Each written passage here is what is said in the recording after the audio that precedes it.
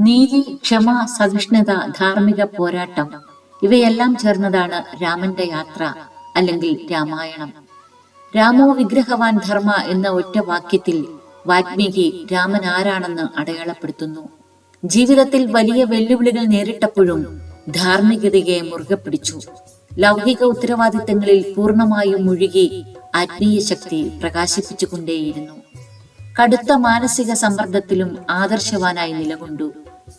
നല്ല ഭരണാധികാരി എങ്ങനെയാകണമെന്ന് തെളിയിച്ച് രാമരാജ്യം എന്ന സുന്ദരമായ ആശയം ലോകത്തിന് നൽകി. രാമനെ വാൽമീകി വർണ്ണിക്കുന്നു. സമുദ്രൈവ ഗാംഭീര്യേ ധൈര്യേണ ഹിമവാനിവ. ഗാംഭീര്യത്തിൽ സമുദ്രം പോലെയും ധർമ്മബോധത്തിന്റെ അചഞ്ചലതയിൽ ഹിമാലയം പോലെയെന്നും. വ്യക്തി എന്ന നിലയിൽ രാമന്റെ സഹാനുഭൂതി മനുഷ്യരെ മറികടന്ന് സർവപ്രകൃതിയിലേക്കും വ്യാപിക്കുന്നു. അത് സാർവത്രിക അനുകമ്പയാകുന്നു. കരുണയോടെയുള്ള വിമർശനാത്മക ചിന്ത, ദീർഘവീക്ഷണം, ധൈര്യം, സ്ഥിരോത്സാഹം, സത്യസന്ധത, മനുഷ്യത്വം, ദയ, ഔദാര്യം, സാമൂഹിക പ്രതിബദ്ധത, അവബോധം, നേതൃശേഷി, ധർമ്മത്തോടുള്ള അചഞ്ചലമായ പ്രതിബദ്ധത ഇതെല്ലാം ചേർന്നതാണ് രാമൻ. നാരദനും ബ്രഹ്മാവുമെല്ലാം രാമന്റെ ഗുണങ്ങളെ പാടി പുകഴ്ത്തുന്നു. ഗുണവാൻ, വീര്യവാൻ, ധർമ്മജ്ഞൻ, കൃതജ്ഞൻ, സത്യവാക്യൻ, അങ്ങനെ പോകുന്നു ആ വിശേഷണങ്ങൾ. രാമൻ ഒരു മനുഷ്യനായി ജീവിച്ചു. ജീവിതത്തിലെ ദൈനംദിന സാഹചര്യങ്ങളെയും സംഘർഷങ്ങളെയും നേരിട്ടു. പ്രശസ്തി, അധികാരം, അത്യാഗ്രഹം മുതലായവയിൽ നിന്ന് അകന്നു നിന്നു.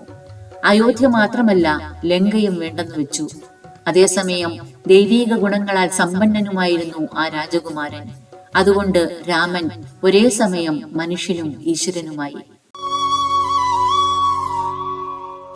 ജീവിതത്തിലെ വെല്ലുവിളികളെ നേരിട്ടുകൊണ്ട് ശ്രീരാമനും സീതാദേവിയും ഒന്നിച്ചു നിന്നു. അചഞ്ചലമായ പിന്തുണയായിരുന്നു അവർ പരസ്പരം നൽകിയത്. രാമന്റെയും സീതയുടെയും ബന്ധത്തിൽ പരസ്പര ബഹുമാനമായിരുന്നു മൂലക്കല്ല്. വ്യക്തിത്വത്തെയും അഭിപ്രായങ്ങളെയും തീരുമാനങ്ങളെയും അവർ പരസ്പരം ബഹുമാനിച്ചു. എന്നും വിമർശിക്കപ്പെടുന്ന അഗ്നിപരീക്ഷ. സീത കളങ്കിതയാണെന്ന ചിന്തയായിരുന്നില്ല രാമന്. മറിച്ച് അനാദികാലം ആ ദേവി അനശ്വരയായിരിക്കണമെന്നും സംശയത്തിന്റെ തരി പോലും സീതയ്ക്ക് നേരെ പാടില്ലെന്നും ഭർത്താവ് എന്ന നിലയിൽ രാമന് നിർബന്ധമുണ്ടായിരുന്നു.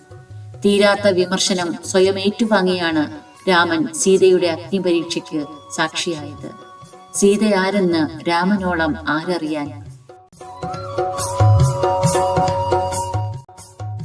രാഷ്ട്രീയമായും ധാർമ്മികമായും എന്നും ചർച്ച ചെയ്യപ്പെടുന്നത് രാമൻ തന്നെയാണ്. കൃഷ്ണനെ പോലെ ബഹിർമുഖനായിരുന്നില്ല രാമൻ. സ്ഥിരതയാർന്ന വ്യക്തിത്വത്തിനുടമയായി എല്ലാവരോടും സമഭാവന കാത്തു സൂക്ഷിക്കുമ്പോഴും ഒരു അന്തർമുഖത്വം ഉള്ളിലുണ്ടായിരുന്നു. കൃഷ്ണനെ മനസ്സിലാക്കുന്നത് പോലെ അത്ര എളുപ്പമല്ല രാമനെ മനസ്സിലാക്കൽ.